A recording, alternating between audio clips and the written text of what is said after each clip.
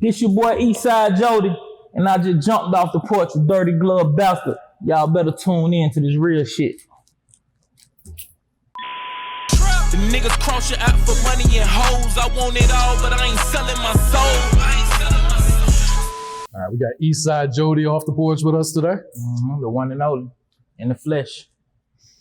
Appreciate you coming by, man. How you feeling today? I'm feeling good, man. Appreciate y'all having me.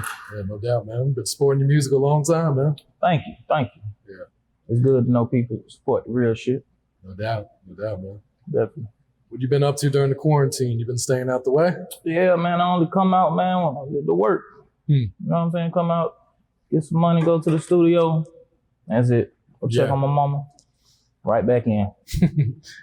What's your thoughts on all the clubs starting to open back up this past weekend? It was pretty crazy out here. I think they got that shit. I ain't gonna be in there. They got it. Eastside. Yeah, I feel you on that. I'm in too much shit to go out like that. Yeah, I'm in no hurry to get out there with them folks, man. And real shit. They risking it all for some bottles and you talking about everything. All right, so let's take it back with your story. Atlanta native, of course. Born in Zone 3, lived on the west side, then moved to Decatur. Yup. When you were what, 12 years old? You know that shit, don't you? Yeah. I do my research, yeah. I was born in Zone 3. Out Brownsville Road, went to Lakewood Elementary. Left there, moved to the west side, right over here, Ford Industrial. Then after that, moved to Six Flags Drive. And after that, moved to Decatur. So for people outside of Atlanta, how does the west side, the south side, and the east side all differ? I wouldn't say it's really different. It's just different people. You know what I'm saying? Like on the south side, you got good niggas and you got fuck niggas. On the west side, you got good niggas, you got fuck niggas. On the east side, you got good niggas, you got fuck niggas. It's just about you and who you choose to surround yourself with. You know what I'm saying? West side to me and the south side is more like, the look is more like city-like than Decatur. But you know what I'm saying? But other than that, like as far as the people, it's just the same. Yeah. How old were you when you first jumped off the porch? Shit. About 10, 11. Okay. Pretty young. Yeah. Been doing this shit for a minute. Did you have any OGs out there that kind of raised you, guide you?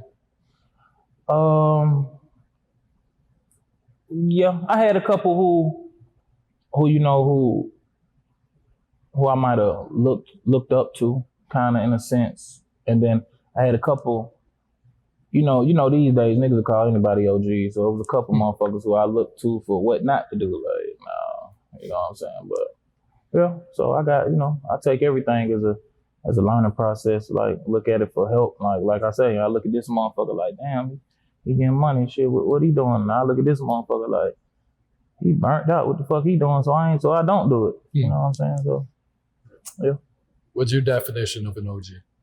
My definition of an OG is definitely you had to been out here for a minute, but the way you handle situations and the way you teach these youngins. You know what I'm saying? Like it's a lot of these niggas out here who they call OGs, and to me they just old. You know what I'm saying? Is OG to me is the nigga who gonna be like sit you down like nah bro, you don't do this, you don't do it this way, you do it this way. Like even if they already in their head is to the point where like they be set in their ways. So even if they set to the point where this is what they do, like if you already in the streets, cool, but all right, well, instead of you robbing these motherfuckers or killing these motherfuckers, we gonna sit over here and get money. If you're already in the streets, we gonna do it. I ain't gonna let you crash out. You know what I'm saying? But yeah, that's an OG, and you gotta be able to take risks. You gotta be able to help, to actually help these youngins, not just, you know what I'm saying? Like if you just sitting there talking shit, but not showing and proving, then you just talking shit. Yeah. So yeah, definitely. I see you giving out a lot of this game on your IG. Yeah, do you consider yourself an OG at this point? Hell yeah. Fuck yeah. Definitely. I've been through a lot of shit. Definitely. And like I say, I try to help the ones around me, especially the young. I feel like the older ones, once you get to a point, if you ain't got it in your head yet, it ain't clicked yet, it's like now at this point, you get to a point where you're just wasting time. But I'd rather go ahead over here and fuck with these young cats who you know, they go hard too and shit. You know, but you don't want them to go hard for the wrong reason and end up in jail for no dumb shit. Just cause, you know what I'm saying? So yeah, definitely consider myself an OG at this point. Yeah. What's one of the biggest lessons you learned while in the streets? Life lessons. Don't take nothing for granted. Don't take nothing for granted. I learned that like with a lot of different situations, but like one that stick out in my head was like when I lost my brother.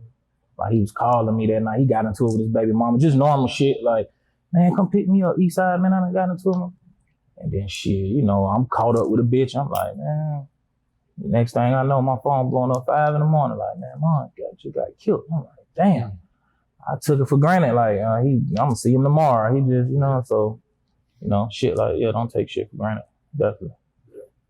I see you rap pretty hard for him in your music, though. Yeah, definitely. I miss him like a motherfucker. I give all this shit up to get him back, cause I know we gonna get it back. Definitely. How old were you when your father passed away? My dad passed away 5 years ago, so I was 2015. 2015. How'd you cope with his loss? Not well, because that's another situation as far as like taking shit for granted. Like I always thought I would get that chance to, you know, talk to him, be like, Pops, because at the time me and him really wasn't seeing eye to eye, and we hadn't talked like probably in a couple of years. Like we might have saw each other, but we really didn't chop it up. Like, and at that time, if I could do it over, I would have just pulled up on him like, man, if I know that's all it would have took. Like, Pops, man, come, let's go hang out, let's go kick it. Because me and him just like both of us stubborn. It's like, man, fuck you, shit, fuck you then. You know what I'm saying? So in that aspect, I really didn't deal with it well, because I'm like, damn, I just would have took that day and called him or reached out to him, you know, so I ain't really take it well. You've been rapping for a while now. What had motivated you to start? I always liked music, but like all my peoples used to tell me, like I just used to bullshit around. They used to be like, man, you know, you can rap. You know, you actually doing that shit you rapping about. Like, so that's why like the first project was, I can't remember when the fuck I went to jail, but I think the first project was like when he went. Then the next one was years. Like that's why all my projects be years apart. Yeah. You know, I be in and I be out, but now I'm trying to, you know, I know for sure if I'd have been more consistent, I would have won already. Because it ain't nothing, what they gonna say? Ain't nothing nobody can say. If somebody say something about me, they hating. Some negative shit. Straight up. How long you been taking it serious now? Shit, this project Really? last couple months. Yeah. Talking to folks, all my partners, trying to get them motivated so they can help motivate me. Like my boy right here, Bob, my other boy P. You know, we just be trying to motivate each other, take this shit serious. Yeah. I saw in a previous interview you said you spent $100,000 on your previous project. Yeah. Got fucked all over. Should have never did that dumb ass shit. What was the biggest mistake you did? Not staying consistent. Okay. Because it had the buzz. Yeah. Had the buzz, had all the right features, had everything, just didn't stay consistent. That was my biggest problem with the music shit. Not staying consistent. How much would you estimate you've spent on your music career in total?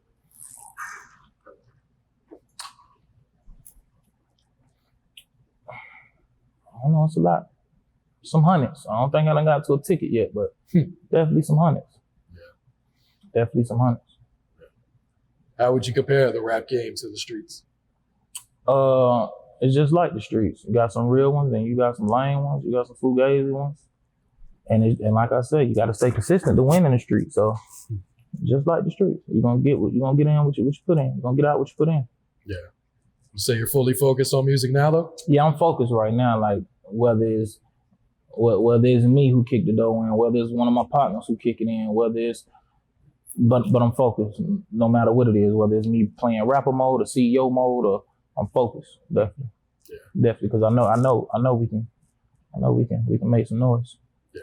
And then I got other people who fuck with me who are already doing their thing. People like P, people like Gucci, people like they already fuck with T.I., Jeezy. You know, they already fuck with me. So, you know, I know if I needed a favor, like, man, fuck with me, like, they gonna do it. You know what I'm saying? That's genuine with them. people like my boy Pusha T, everybody always like, how you get Pusha T on the tape? Like, you know what I'm saying? Just I've been on, like he's like family. So it's a lot of people that fuck with me, like. So yeah. What advice would you give some other street artists who are just starting to enter the rap game, coming from the streets? If you gonna do it, just do it for real. Don't play with it, because one thing that you are doing, you putting yourself out there. Definitely. If you really in the streets and you talking that shit, you putting yourself out there. So just, if you're gonna do it for real, give it a real shot. Because you don't want, it's like every time you like, for me, like I feel like every time I wait a couple years ago, but it's like I'm starting all the way back over, you reset. You know what I'm saying? It's like, if you're gonna do it, just do it for real. Give it a real shot. Don't play with it. You wish you would have took it serious yeah, definitely. years ago? I know, I already know, man, hell yeah. I already know what would have happened. Definitely. All right, let's talk about your new project. Pledge allegiance to the trap. Pledge allegiance to the motherfucking trap. What can you tell us about this project? What can I tell you about the project? Yeah. For one, shit, I done had all them songs old, except the one with Scooter and I think that might have been the newest song, the one with Scooter. Mostly all those songs probably at least a year or two old. Oh wow. I got so much music just from bullshit, and I got my own studio, so you know, and a lot of those songs I actually did in Miami. I was down in Miami one time just for like 3 months. I was down there fucking with Birdman. He was letting me record at Hit Factory just on some cool shit. Like, so like that Wishing on the Star was down there. The one I did with Jeezy, I recorded in Miami. Jeezy did his verse at his crib, but yeah, so it's a lot of good music on it. And like I say, a lot of old, but you know, don't nobody know it's old except you. Yeah. So yeah. Yeah, and you got support from some huge artists when this project dropped. 21 Savage, Young Dolph, P, Lil Baby, Gucci, Fabolous, Pusha T. Definitely. Shout out to all them fuck with me. I forgot to say Fab too when I said about the people who fuck with me. Fab always fuck with me. All of them. Yeah. And I definitely appreciate it.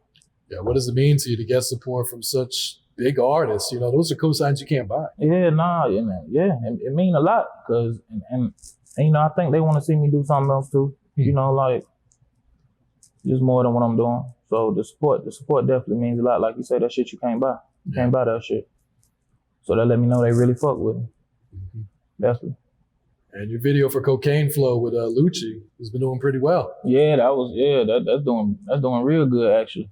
Shout out to World Star for fucking with me on that. Like I was fucking with him, man. Shout out my man John too, because he linked me with him like on some cool shit. Shout out to Danny.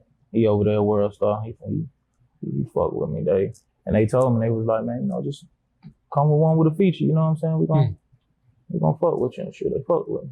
So shout out to Lucci, because I hit him last minute, like, I need to shoot this video. He was like, shit, let's do it. So shout out Lucci. How'd you link up with Lucci? You've known him for a while now, right? Yeah, I've been knowing him for a while, but you know, I used to well, not even used to, now I still listen to his music, but like his old projects, like all that Wish Me Well shit, I used to play them motherfuckers all the time. And he got a partner who I know named No. Okay, yeah. And I think No kind of put the bug in his ear that like, Jody fuck with your music, you know, Jody cool. And you know, just went from me seeing him out, and then my boy Trouble fucked with him tough, and me and Trouble cool, me and Trouble family. So it just went like that. Okay. It went like that. Did you know that video was going to take off? I didn't. No. But I knew just from his fans it was gonna do good, because he got a good fan base, and you know, the majority of the songs was basically him. Like, he just sent me a song, you know, shit. It's really his song. Shit. He got the hook, the verse, all that shit. So, but it was good. Yeah, definitely. I knew just from his fan base it was gonna do good. Definitely. So that was a good look. Definitely. And you got Jeezy featured on here, and I know you two go way back as well. Yeah, Jeezy my dog. I fuck with Jeezy. I've been fucking with Jeezy for a minute. Yeah. I be hearing a lot of people say shit about him, but me and his relationship has always been cool, always been 100. So shit, I fuck with him. Yeah. Definitely. How'd you initially link with Jeezy? I know we're going way back here. Yeah. Just, you know, he used to see me around, and I used to see him around, and I think, you know, I think hearing my shit. And then one day I saw Jeezy in room service, and my man Ike, him and Ike already knew each other. Okay. But I think Ike was in jail at the time. And I saw Jeezy in not room service, what was that after hours spot? Yeah, room service. And shit, I was just in that shit. He literally just walked up on me like, man, what's up, man? You know, I like what you doing. Ooh, and shit. Since then, we've been, like, at that time, it was like we was just like see each other out. But like, as far as us being able to pick up the phone, call him, been like that for a couple years now. And shit, every time I call, he pick up or he respond. Like, even before I dropped my tape, I sent Jeezy the intro, because I was going back and forth between making Wishing on a Star or For Self the intro. I sent them both on. You know, he gave me his opinion. I sent it to a lot of people. Him, Fly, I sent it to Pusha T, sent it to, you know, a lot of people. They gave me their feedback, and, you know, definitely. So we've been locked in for a minute. Yeah, that's real right there. Yeah, definitely. Plans to shoot any other videos? I know you got a couple out, Chasing Them Dollars and Ain't Selling My Soul out right now. Yeah, I shot the song Hurtin'. That's featuring both of my brothers on there. I got Pizzo on there and Ball on there. I already shot that. I shot the intro for Self already. Okay. I shot Wishing on a Star already. I shot Ghetto Stories. Oh, and all of those are gonna drop within like the next month. I'm working something out actually right now with World Star for them to drop one a week. That's big right there. Oh, yeah, definitely. With no features. Definitely. Shout out to World Star again. They've been fucking with me. Yeah. Did you have a personal favorite song on this project? For Self, the intro. Yeah. Why that one? Cause it was like, that was like my life from damn near beginning to present. It was like I touched a lot of subjects. I touched about how we grew up. I touched on my aunt, who I miss, my Aunt Malin. Touched on my pops, and a lot of different subjects. And then like, yeah, definitely. That's one of my favorites for sure. Yeah. Was that therapeutic recording that song? Yeah. Kind of. And I remember I was in the studio. I had fucking lights off. That shit came on. I said, man, load that shit up. And I thought I was actually gonna go in there and put a hook on it. But once I just started rapping, that shit just kept coming. It just kept coming. So I was like, fuck it. We're gonna put it out like that. So you don't write your music? I used to, but I'll say the last few years, it's been a while now, for about 3-4 years, I just punch in, go on there. And it's, for me, I used to think like, damn, I ain't gonna be able to do it. But for me, it's more like, because a lot of times you think of shit, you can't. And then I done had that before, like I try to write something, go in the booth, it don't sound the same, or you might write it in your head with a certain flow, then it don't come out that way. So for me, it's definitely better like that. Yeah. Definitely. And you already talking about dropping another project this summer, right? Yeah, I'm dropping another one. Either late June or if it's not late June, then it's gonna be after July 4th, because I know a lot of people probably gonna, a lot of niggas take holidays to drop. So I know a lot of people gonna drop on the 4th, so I ain't gonna do that. So it's either gonna be the week before that or probably the week or two after July 4th. I'm gonna drop another solo project. Then I'm gonna drop a Family Money Sacrificer project with Ball and P. And yeah, we're just gonna keep working. Sure. You got a title picked out for the solo project? Not yet. I've been going back and forth, but I got one picked out for the other one. That's gonna be called Family Money Sacrifices. But for the solo one, I've been going back and forth. But no, I haven't. I was actually thinking about doing like a Still Trapping too, but I don't know, cause Pledge Allegiance to the Trap. That was like my very first tape. That's why when I dropped it, I put the number 2. So it could kind of, you know what I'm saying, because it was the second one. But yeah, so no, I really haven't got a name yet, but I've been going back and forth with it. Okay. Have any big features on that one? Not yet. I know Dolph told me to send him a record, so I'm gonna send him one. I reached out to Gucci the other day. He told me send him some shit. Okay. And I got one song. I gotta find it, but R.I.P. Young Greatness, who died. I had a song with him in Trouble that I think I'm gonna put on there if I could find it. Cause a lot of my music be old. We recorded that shit 4 years ago. So if I could find it, I definitely want to just put it on there just for him. Just pay homage to him. Show, you know what I'm saying? Cause Greatness has always been a cool dude to me. Yeah. Definitely. You got your own label, 367 Entertainment. 367 Entertainment. We coming for everything. Yeah. Who's some of the artists you got on the label? Right now, it's just me. Okay. Ball and P. Yeah. Right now, I had a couple other artists, but we just weren't seeing eye to eye. You know, I still wish them the best, but we just wasn't seeing eye to eye. Just to make long story short. Okay. I definitely wish them the best, wish them much success. I still believe in them. I would have never signed them. Like, I ain't one of them people who, like, once it don't work out, be like, man, fuck them. They wasn't it anyway. Like, I still think they superstars to me. But we just weren't seeing eye to eye. Yeah. I wish them the best though, definitely. What's some of your goals for the label?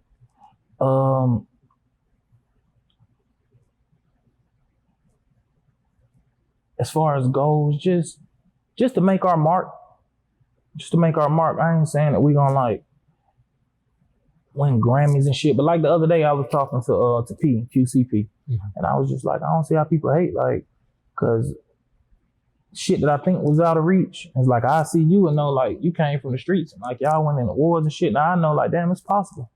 You know what I'm saying? For me, so I wouldn't say like a goal, but just to make our mark, like how everybody making their mark, just to make our mark, and definitely, hopefully, it gets to the point where I can create jobs for more people, like people who I love, who, you know, having a hard time with money. Everybody not an artist. Everybody not a producer. Everybody not, but just to be able to create jobs and shit like that. Yeah. Would you be interested in partnering with another label? Whether it's a major or someone like QC? If it's the right situation, definitely. It just got to make sense. I definitely would, though. Yeah. Definitely. I used to not think like that, but definitely would. Just had to get older. Yeah. Definitely. Have you had majors reach out to you before? Yeah. Yeah. I tell everybody that's one of the only things I regret. I wouldn't even say in music, just in life. And I actually talk about this on my next project on this song. I think I'm gonna make that my intro. I just did shit like a couple weeks ago. I was in talks with Reid with Hicko. I was supposed to be actually the first artist off of Hicko. Really? Yeah, going back and forth talking with Reid, and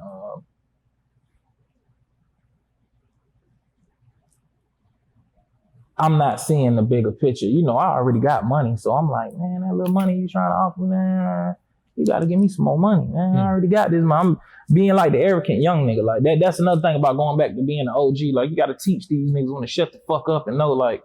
And I was just being the arrogant Jody, like, man, I got money, man. What the fuck you talking about, man? I go get $1 million right now. Like, hey, what I'm gonna do with 100,000, 200,000?